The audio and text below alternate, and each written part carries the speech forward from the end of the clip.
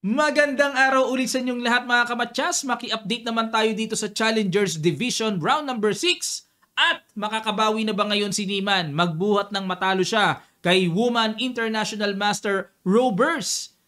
Masakit yon kasi syempre inaasahan niya siguro mananalo siya, nadali pa siya. Ibubuhos niya kaya ang lahat ng puwersa ng paghihiganti kay Grandmaster Marc-Andrea Maurizi ng France. Yan ang aalamin natin at sa end part ng video, pakita ko po sa inyo ang kanilang standing. Ang ginawa ni Niemann nag-E4, E5 naman si Maurizi, Knight F3, Knight C6, Bishop C4, Knight F6, D3 at nag-D5. Kakaiba itong tira na ito. Modern Bishop's opening variation ng Italian game ang D5. Usually nakikita natin, 'di ba, normal na ginagawa Bishop C5 o kaya Bishop E7, pero dito nag D5. Capture, capture, castle, Bishop E7, Rook E1, may atake kagad, F6 at nag D4. Para sa akin malakas ang D4 na 'yan kasi nga yung king nasa gitna pa, kailangan buksan na kagad immediately. Knight B6, Bishop B5, nag-castle na pero medyo magulo rin pala tong linya na ito. Nag-H3 muna. Merong iniwasan dito si Niemann na magulong linya, nakakapturein yan. May Bishop G4 Magulo pala ito. Takes. Ayan tipong lamang ng pawn dito ang puti pero tingnan nyo naman ang superb developments ng mga minor pieces. Ang bilis samantalang tulog pa ang developments ng white sa queen side. Delikado yan. Nagbabadyayan ng kakaibang paparating.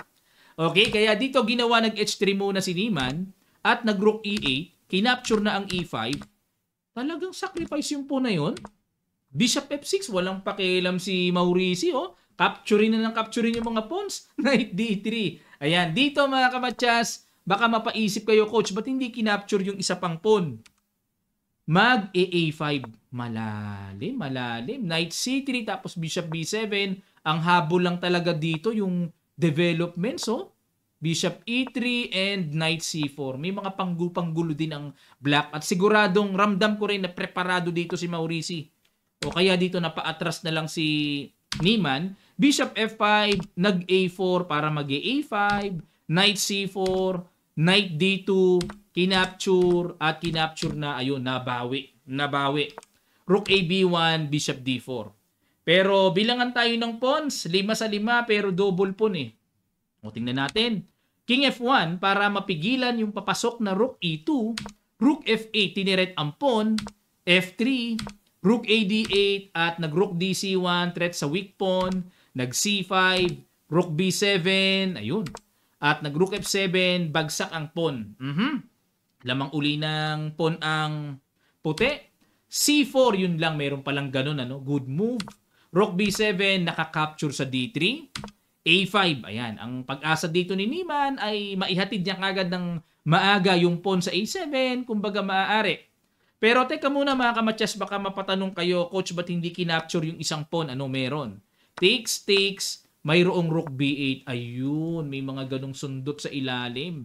Na sa continuation, magpapasingaw G3, Rook B1 check, Rook C1, tapos mag-Rook B2. Na makapagbibigay din ng nakakailang na komplikasyon. Kaya dito, nag-A5 muna, Rook E7, Rook E1, hamon, Rook D7, Rook B3 para threat sa pawn, Bishop A7, depensa, Rook B7, bumalik, Bishop D4, Rook EB1. Ayan, tingin ko kung magpapabalik-balik ng Rook B3, Bishop A7, papayag si Maurizi, Parang psychological lang na, sige, mataas ang rating mo, 2,500 lang ako. Kaya nag-iba dito si Niemann. King F7, Rook 1 B3, C5. Ayun. Hamon, torre sa torre.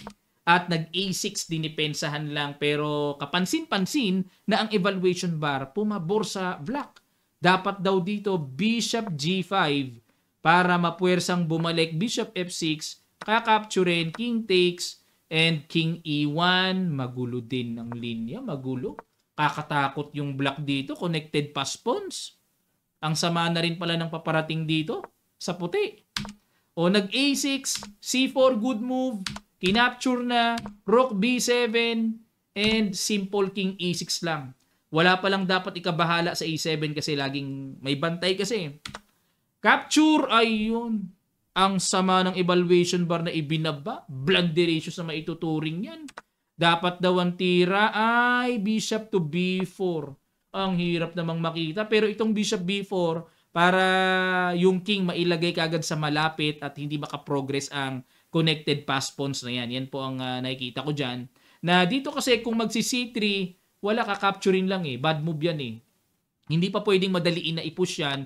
Takes, takes, takes. May A7 hindi mahahabol samantalang ang D2 kayang habulin. Yan ang mangyayari. Pero kinapture ka agad ni Niemann eh. Wala sa kondisyon si Niemann. Nag-bishop C3. Pero nag-bishop E3 lang. Capture. Wala oh. May paghapang. May paghapang oh. Bagsak ang pawn. Patay tayo dyan. Yung king naman gagapang oh. Mabagal ang puti. Mabagal. Na-underestimate dito ni Niemann na mabagal yung pawn niya eh. F7, bishop C5, ang daling sanggahin eh. Ayun, ang masakit mga kamatsas. Yan ang saklapacious na nangyari. King E1, na puwersa na lang na ipasubo ang bishop niya kasi wala na rin eh, gagapang na rin eh. At dito mga kamatsas, talagang tinuloy-tuloy na ni Maurici. Total, nandyan na. Ano kaya ang excellent move dito na ginawa ng black? Sa ilang sandali lang, tutuloy kagad natin. Start. Maraming salamat po. Congrats sa mga nakakita. King C2. May ganyan na palang pamuwersa. Di na pala ka-capturing yan. Mabagal pa yon. Takes, takes. King D1, D2, at nag-G4, H6, H4. Wala na eh. I-fix lang o Bishop G7. Wala na. Naka-fix yung mga pawns. Wala nang tira. Sugswang. Pwersado ng king. Ilalapit naman yung king. Then D1 queen. Talo na rin. Sakit. Dalawang sunod. Wala na, nawindang na si Niemann. Ubos. Hindi na mailabas yung mala engine na hataw na tira.